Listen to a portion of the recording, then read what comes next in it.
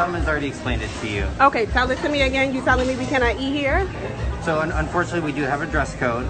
If you have some non-athletic shorts. But that white kid out there can eat here with his tennis shoes on and his athletic shirt. So we allow tennis shoes, but not athletic shorts and t-shirts. He has on a. You telling me that's not an athletic shirt? Not that one, but you telling me that little boy who just ate here does not have on an athletic shirt. I'm sorry. I would love for you to be able to come back and eat here. So you telling me my son can't eat here because he has on athletic stuff? No, just the shorts. It is part of our dress code. We try to enforce So it's only his short. Only the short can't be athletic. the shorts and the t-shirt. Yes. But the little boy has on an athletic. The little white kid that just sat out there had on an athletic tennis shoes and an athletic shirt. I understand that you're upset. If there's No, it's not that I'm upset. The little boy out there had on athletic. You telling me it's no athletic wear? The little boy out there had on athletic tennis shoes and an athletic shirt. So why does he get to wear athletic wear and my son can't? I would love for you to be able to come back. You live close enough for your son to change? No, I don't. I just want to know why it's different for my son. I understand how you feel. I don't want you to sympathize with me. I just want you to tell me why it's different for my son. I'm not looking for sympathy. I'm just asking you why it's different for my son. I understand. Then that little kid that was out there with athletic tennis shoes and... The t-shirt that the little kid was wearing, we don't consider that to be athletic t-shirt. Why? Honestly, I did not get a good look, but it looked like a regular t-shirt. I have a video. Do you want to see it? If you would like to show it to me, I'm happy to look, but What's up, y'all? Back again today with a very special video. So today, I don't want to take too much of your time. We're just going to get straight into this video. So this video is titled, What Real Racism Looks Like. Like I said, I'm not going to make this video too long. I told y'all before, there's not much I really have to say anymore. I've done so many videos on racism. I've done so many videos on spirituality and just human interaction that I'm starting to get repetitive. But sometimes I do see certain videos or certain instances where I have to speak on it to give more clarity into the subject. So you just saw that video, and I'm sure you have a lot of questions or things running through your mind if you saw that video. Particularly if you're a Black American and saw that video, I know that you could somehow empathize with that experience. Maybe you've never been in a certain similar situation that is exactly like that, but every Black American that I know and that I've asked has been followed around the store. I've made videos about that. Harassed by employees thinking you're gonna steal or thinking that you don't belong there. You've had someone call the cops on you at an apartment complex, or maybe you were acting suspicious and had the police called on you. All these forms of racism, and yes, they are forms of racism, or what I like to call covert racism. Now, this is where I have to make the differential. I've said it before that, me personally, I'd probably rather live in, let's just say, 1950 or 1960, where racism was a lot more blatant and outward, where they had the German shepherds on us and the water hoses on us. I'd much rather that experience than the experience as a Black American that we have today. And let me explain to you why. If we were living in 1952 or 1964, where they were still outwardly racist in America, it would be a lot easier for me as a Black American to gather my fellow Black Americans up and say, hey, look guys, we're being discriminated against. We're being treated as second, third, and fourth class citizens in this country, and we should take action. That doesn't mean make violence for the people who are oppressing us, but it does mean that I will be a lot more susceptible to be able to get people to understand how we're still in slavery than today. Today, you have an Xbox, PlayStation, a nice house, Jordans, nice job, you work right next to white people, and no one's hanging Black people out in the open anymore. Well, not like they used to. So it's hard to explain to certain people why we need to destroy racism, right? Because the first thing they're gonna say is that was a long time ago when racism was around. We've done things to stop that. We've had a Black president. There's so many excuses that people give as to explain or justify how racism is no longer a thing, even though we all know it's still a thing. So this video was important. Now, I wrote down a few notes. Like I said, I'm not going to take too long, but I did write down a few notes to further analyze this video. So I would like you to watch that video again if you didn't necessarily see exactly what went on. You can rewind the video and watch it again. But let's go through this video real quick. The first thing that happens in the beginning of this video was that you hear a black woman and you see her black child in the waiting area of a restaurant. Now, personally, many of you know I work in a restaurant. I know the restaurant industry. I know the ins and outs. I know the little subtle things that they might not say. I know the subtle forms of racism in certain restaurants coming from both the wait staff, the managers, and the hosts, to where in particular restaurants, they may not treat black people how they treat everyone else. I know the stereotypes about black people not tipping. I know it all, okay? So we don't have to talk about that right now. But like I said, it's a black woman in the beginning with her black son, right? So she starts filming because I guess right before she filmed this, they told her she couldn't be there because her son is wearing athletic wear. And we're gonna get into that in a moment. So the gentleman comes up to her and says, "We've already explained this to you." And she says, "Okay, well, explain it to me one more time now that I'm filming. Explain it to me so that I can understand what's happening right now." And this is where the gentleman says, "Unfortunately, we have a dress code." Now, let's just go with that because some establishments and clubs and things of this nature do have a dress code, right? I mean, if you have an establishment that you built from the ground up, you have the right to refuse service based on if they're not following your guidelines. So far, the gentleman says, we have a dress code. And I understand that, okay? There's no problem here. Maybe this woman or her son is not in proper dress code. The gentleman goes on to say, we don't allow athletic shorts. Quote unquote, we don't allow athletic shorts. He also says we allow tennis shoes, but not athletic shorts and shirts.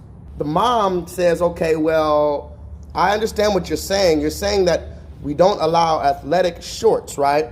But then she pans out to right outside on the balcony for a family who had just finished eating, a white family, and you see the little white child who's about literally the same age as her son, wearing literally the exact same type of outfit. The only difference in these two children's outfits is the brand of shirts.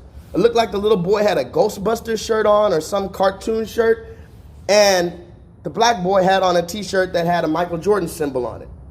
Mind you, the problem was, he said at the beginning, the problem was the athletic shorts. But so when we see the little boy out here, he's wearing tennis shoes, athletic shorts, and an athletic t-shirt. So the mom is like, well, if that's your rule, how come this white family out here was able to eat and nobody stopped them from eating, and that little boy is wearing the same thing my son is wearing? This is where it gets interesting, because this is when the Caucasian manager starts being condescending and passive aggressive. And a lot of people, I'll just be honest, a lot of white people are masters at being psychological manipulators by using reverse psychology and by also using a condescending passive aggressive tone. How many times have you as a black person heard a white person say, unfortunately, we can't do that. Sorry.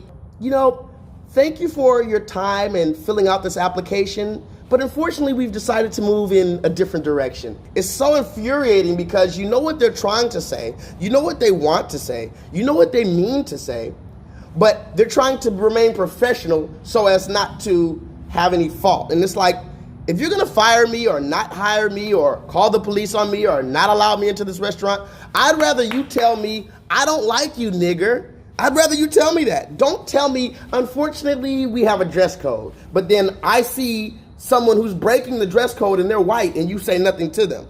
See, this is where a lot of white people, and yes, it is a black and white issue. I'm so tired of people talking about stop bringing up race. It is a black and white issue, clearly. I'm so tired of white people acting like black people are complaining when we are facing blatant discrimination in every aspect and area of our life. We are facing clear forms of oppression complete injustice. And when we speak up for ourselves and stand up for ourselves, because that's really what it is, you're standing up against injustice, you're called a complainer. And you're bringing up the race card for no reason. But let me ask you this. Watching this video, what other reason could it be that that little boy who happens to be black was not allowed in, but that other little boy who's wearing the exact same outfit was allowed in and he was not black? That's what I need you to answer for me. If it was not a race issue, how do these two little boys not get the same treatment? So let me move forward. So after the mom presses the dude like, wait, why is my son not allowed here, but the little white boy is? The white man has the nerve to say, I'm sorry, I would love for you to be able to come back. Again, I work in a restaurant, so I know the ins and outs. This man was doing what the restaurant managers are trained to do in instances where you have a disagreement with the guest. When a restaurant manager has a disagreement or a problem with the guest, they're supposed to sympathize with the guest, and they're supposed to explain that they understand the person's frustration. They're supposed to be understanding so that you feel at ease and so there's no confrontation. But again, you're breaking your own law, so you can't come with this passive-aggressive, condescending, oh, I'm sorry, unfortunately, oh, I understand that you're upset, because that's what he went on to say. He went on to tell the woman, oh, I understand that you're upset. The little white kid that just sat out there had on athletic tennis shoes and an athletic shirt.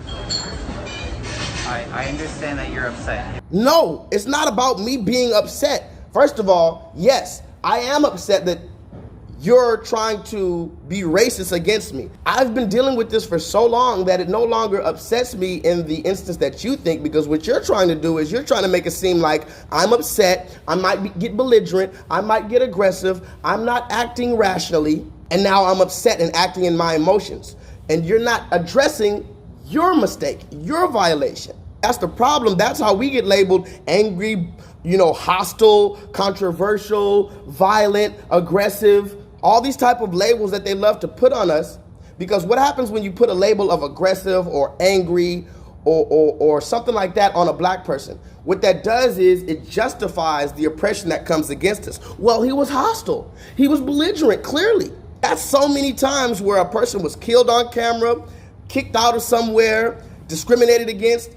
You completely overlook the injustice that was placed on them and just blame the person who was victimized. You blame them for becoming aggressive, hostile, or upset or angry at this injustice. This is what I'm talking about, white America. We are tired of your bullshit. You see how we've been filming Karen lately? Niggas been taking down statues. The whole world is rioting right now. And you talk about where is this coming from? This isn't our America. This is America. Like Donald Glover says, this is America. Believe it. Racism has gone nowhere, and those people who are hanging us from trees, they're just not allowed to do it in the open anymore. They're still teaching their children those same racist ideologies in the dark. And like I said, it's harder to pinpoint the racism when people have learned how to adapt and they've learned how to practice racism in a covert way. So that's what we're dealing with here. Straight up racism, okay? So let's move forward. That's when, like I said, the white man tells the woman, I'm sorry, I'd love for you to be able to come back. Do you live close by where maybe you can go home and your son can change it to more appropriate clothes? He's so disrespectful that not only did he discriminate against this young black man for what he's wearing, not only did he refuse to tell that little white boy that they couldn't come in, not only did he not address the fact that he allowed the little white boy in, but then he skips over all that to tell the mother that she should possibly go all the way home, have her son dress into something more appropriate just to come back and eat. Now, this is what I'm talking about at the levels of disrespect. I mean, you gotta be one disrespectful son of a bitch to be able to actually avoid all the things you did wrong and jump straight to telling someone that they should go home, change their clothes, and come back. On a side note, it's just a little funny to me to think about.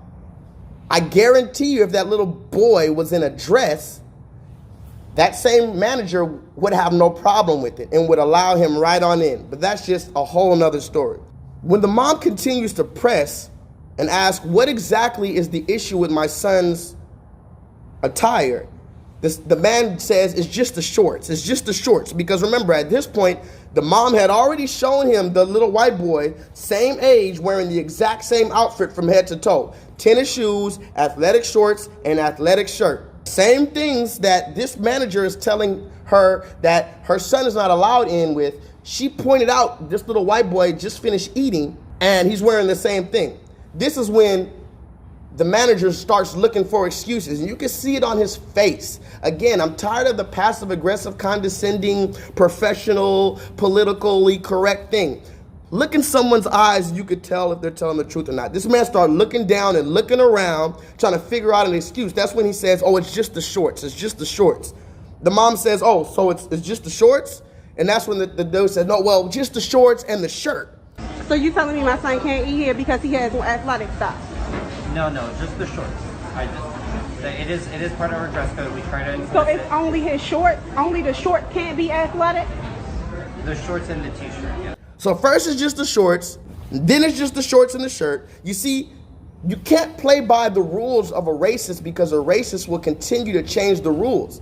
This is since the beginning of time. Black people have been trying to fit into this box that racists have made for us and trying to play by the rules that white supremacy has created for us. But no matter which way we maneuver, no matter which kind of way we do it, no matter how you say to do it, if we do it that way, you're still going to change it up and find some loophole to make us in the wrong. And that's what we're tired of. That's why niggas are rioting right now. We're tired of your fucking fake ass excuses and your fake ass rules that never applied to us. Even down to the Constitution, when you talk about we the people and all men are created equal, you were not talking about us. And so now that real black men and women and children are speaking up against this ideologies of white supremacy, you have a problem with it. But guess what? You're not gonna ever shut us up. Yes, you can kill one or two of our bodies, but our message is already out. And you fucked up by putting the internet out because you thought we were just gonna get distracted by the internet and watch porn and big booty videos all day and fighting videos, but we're actually using the videos online to spread information. That was the last thing you thought we'd ever do. See, that's the thing about black people that's so amazing. They tried to destroy us. They've been trying to destroy us since biblical days. They tried to destroy Moses, so they wanted to kill all the firstborns. They tried to destroy Christ. They tried to kill all the firstborns because they knew the children of Israel are a powerful force, and if you allow us to come together, we'll take everything over. So that's just the truth. And we're not going to take everything over in tyranny and deceit like the so-called white man has done. We're going to take everything over and take the entire world over and bring it back to equilibrium into a state of natural peace. That is what the children of Israel are here for. So again, let's continue. So after the mom presses him and says, is it the shorts? Is it the shirt? Is it the shoes? And the man still can't figure out a reason or a way to justify it because he knows he's caught and he knows he's on film.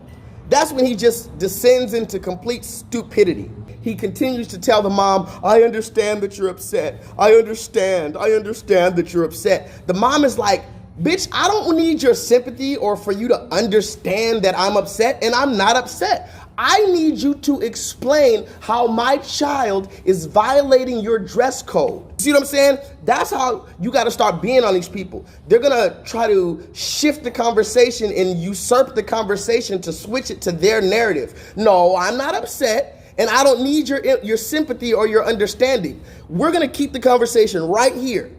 This is my question. Why is my child not being allowed to come in this restaurant, but that little white child is? That's the only answer I want. On a side note, I spoke about this briefly in another video about how now that this George Floyd thing is going on and everybody's rioting and racism is at the forefront of everybody's minds, now you have these companies like Lyft and Wells Fargo and all these other companies that are coming out talking about Juneteenth and Black Lives Matter and we support black people. No, bitch, we want what we came for. Reparations. We want physical wealth and land. We don't want your fucking apologies and all this other shit you talking about. Oh, we want racial justice. No.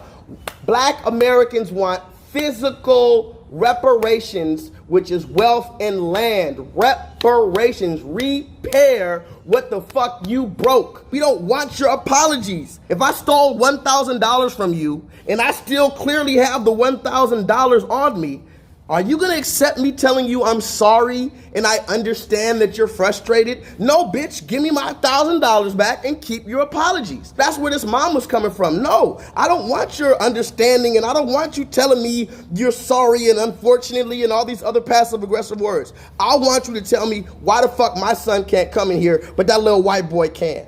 Straight like that. And at this point, this man knew he fucked up and he couldn't do anything about it, so he had to stick to his position. So now he didn't fucked up. Now you went viral, buddy. Yeah, now you went viral, okay? So let's continue these last little notes because, of course, I said I didn't want to take too much of your time. After the mom keeps pressing him with the same, and I have to give the mom credit because she didn't back down. She didn't get emotional. She didn't start cursing. She didn't get violent. She didn't allow the conversation to be switched. She kept right on that man's neck. She kept her foot on that man's motherfucking neck and she said, no, I need an answer as to why my child is not allowed in here. And then that's when the man, he just kept repeating himself. Again, I would love you to be able to come back. How can I ask you a question and you look around and say, unfortunately, I understand. Bitch, stop hitting me with that. Answer my question. Towards the end of the video, when the mom keeps pressing him about why that little white child was allowed to come in, the manager actually had the nerve to say, well, the little white child wasn't wearing an athletic shirt. We don't consider that an athletic t-shirt. Mind you, the only difference between the two shirts that the boys were wearing was the logo. The little boy was wearing a cartoon t-shirt. The black little boy was wearing a t-shirt with the Michael Jordan logo on it. There's literally no difference between the two shirts that the boys were wearing, but the white man had the nerve to say that the little white boy wasn't wearing an athletic shirt.